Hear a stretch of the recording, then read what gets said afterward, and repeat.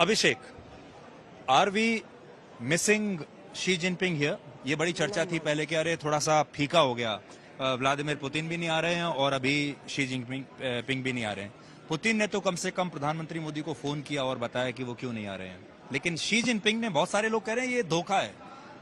बहुत सारे लोगों को ये लग रहा है कि अच्छा ही हुआ वो नहीं आए। आपको क्या लगता है?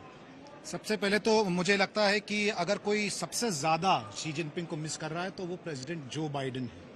यूएस से चलने से पहले उन्होंने कहा था कि I am looking forward to a good dialogue with him.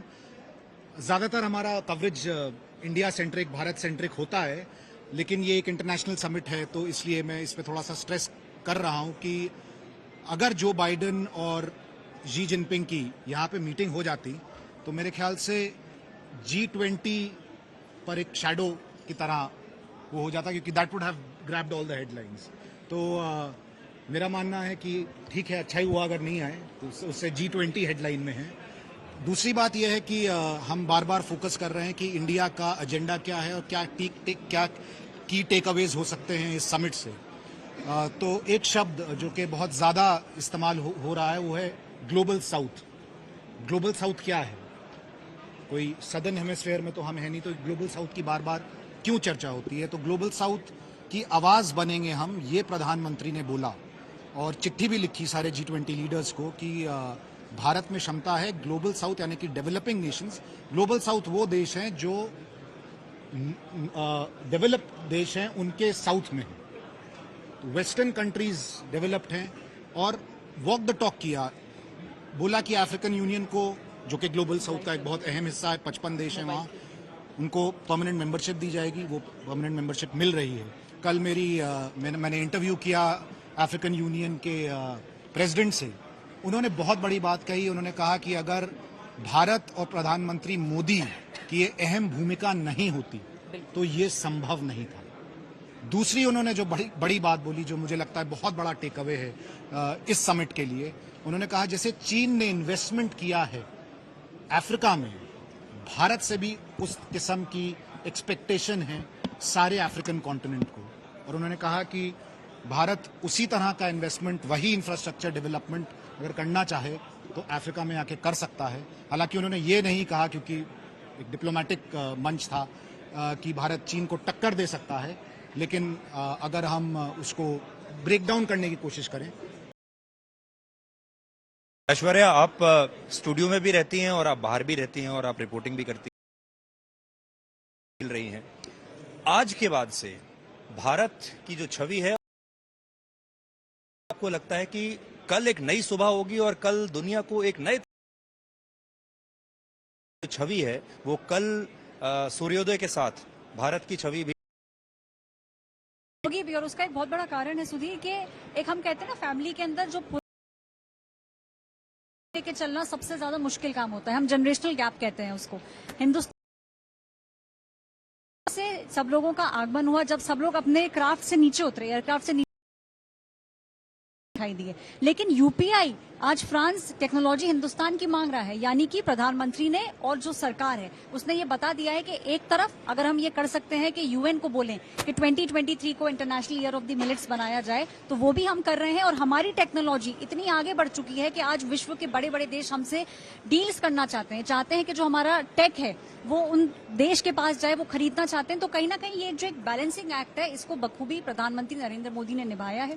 पिछले 10 सालों के अंदर हमने देखा किस तरीके की नीतियां सामने आई हैं और बड़े बड़े देश जब इस बात को मानने लगते हैं तो कहीं ना कहीं ये एक नया भारत है। इसको हमें बार बार इसका प्रचार करने की जरूरत अब है नहीं। अब विश्व को पता है, अब इम्प्लीमेंटेशन जो है उस पर अब हमें अग्रसर होकर काम करना होगा। पॉलमी, इस समय हमें दो तरह की राजनीति देखने को मिल रही है।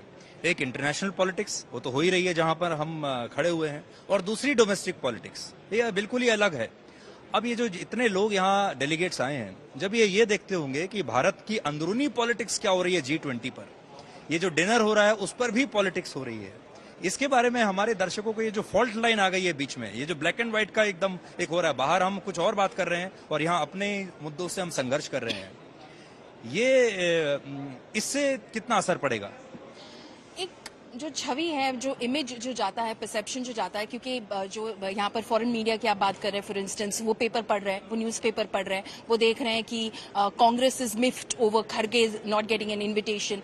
एक बीजेपी का कहना है, तो उस हिसाब से हमने किसी प्रेसिडेंट ऑफ पार्टी को बुलाया नहीं, जेपी नड्डा को भी नहीं बुलाया, हमने उस तरह से इनविटेशन दिया ही नहीं है। या फिर छत्तीसगढ़ के सीएम कहते हैं कि because of the security cover over Delhi airport मैं अपना क्राफ्ट लैंड नहीं कर सकता, तो मिनिस्ट्री ऑफ होम अफेयर्स को एक क्लैरिफिकेशन देना होता है कि yes there is a security cover but not for CMs and governors and their special craft to land. तो इस तरह की जो छोटी मोटी पॉलिटिक्स होती है, इससे छवि जरूर बिगड़ती है।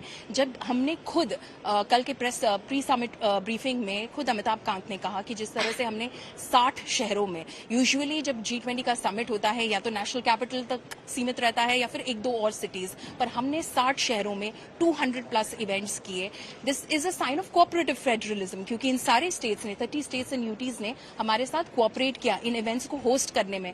हम उनकी तारीफ कर रहे हैं, हम बात कर रहे हैं कोऑपरेटिव फेडरलिज्म की, फिर ये छोटी छोटी जो नोकझोंक सामने आती है, इसको देखकर एक इमेज जो है, एक परसेप्शन जो है, पता चलता है कि this is all about politics, this is all about Lok Sabha elections, everything is about 2024। गौरव, अब मैं वापस आपके पास आता हूं। भारत का जो उदय है और नरेंद्र मोदी का जो उदय है, आपको लगेगा कहानी बिल्कुल एक जैसी। एक जमाने में भारत इस तरह के अंतर्राष्ट्रीय मंचों पर, एलीट क्लब्स पर खटखटाता था, नॉक करता था कि भाई हमें भी अंदर आने दीजिए, एक कुर्सी हमें भी, हमारे लिए भी लगा दीजिए, और अगर आपने हमें अंदर आने दिया, बैठने दिया, हमारे लिए यही बहुत बड़ी बात है। आज हम बीच वाली कुर्सी पर बैठे हुए हैं। इसी तरह प्रधानमंत्री मोदी आज से 30 साल पहले व्हाइट हाउस के बाहर फोटो खिंचवा कर आ गए थे, और आज वही प्रधानमंत्री मोदी ग्लोबल एजेंडा यहां बैठकर सेट कर रहे हैं। ये दोनों कहानियां एकदम एक जैसी दिखती हैं। ये भारत का आत्मविश्वास है, और ये जो आत्मविश्वास है, ये जिस तरह से हम लोग प्रगति कर रहे हैं, हमारी आर्थिक प्रगति, हमारी सामरिक प्रगति, जिस तरह से शिक्षा में प्रगति हो रही है, और दिशा और दशा एक तरह से अगर आप देखें तो पिछले 9 वर्षों में तो प्रधानमंत्री नरेंद्र मोदी का है ही इस पूरी दिशा में। अगर एक उदाहरण दे, और हालांकि बहुत मीठी बात हो रही है, और मीठा भी आज बहुत अच्छा सर्व हो रहा है, खाकर भी आए हैं और हम लोग कुछ खाकर भी आए हैं, क्योंकि कहा यही जा रहा है कि यहाँ पर आज घेवर भी खिलाया जाएगा और रसमलाई भी खिलाई जाएगी, ताकि एक मीठा कम्युनिके या कुछ मीठा निकले। लेकिन जब वास्तविक नियंत्रण रेखा पर अगर घुसपैठ होती है, तो 50,000 सैनिक लगाने की क्षमता भी भारत रखता है, और वो 50,000 सैनिक वहां तैनात रहते हैं। चाहे हमको ये कहा जाए गोपनीय तरीके से ही कि अगर वहां पर कुछ दिया जाए तो हो सकता है वो आ जाएंगे उनके देश के राष्ट्राध्यक्ष, लेकिन भारत का कहना यह है कि हमारा हित सर्वप्रथम, राष्ट्रहित सर्वोपरि। तो जब वो भावना पूरे देश में फैल जाती है, तो एक नए देश का उदय होता ही है, और उसको कोई रोक नहीं सकता। ये केवल एक राजनीतिक बात नहीं, आप एक सांस्कृतिक रूप में आपके देश का उदय हो रहा है। आप अपनी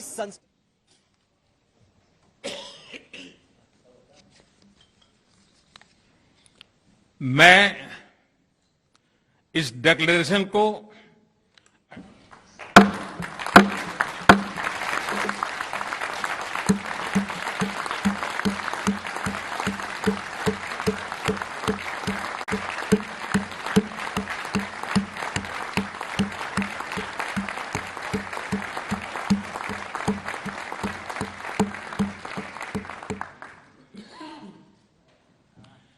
इस अवसर पर मैं हमारे मंत्रीगण, शेरपा और सभी अधिकारियों का हृदय से अभिनंदन करता हूं, जिन्होंने अथाक परिश्रम करके इसे सार्थक किया है, और इसलिए वे सभी अभिनंदन के अधिकारी हैं।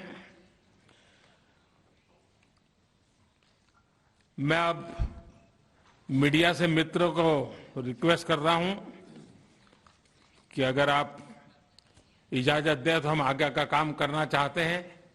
आप सभागृह से बाहर जा सकते हैं।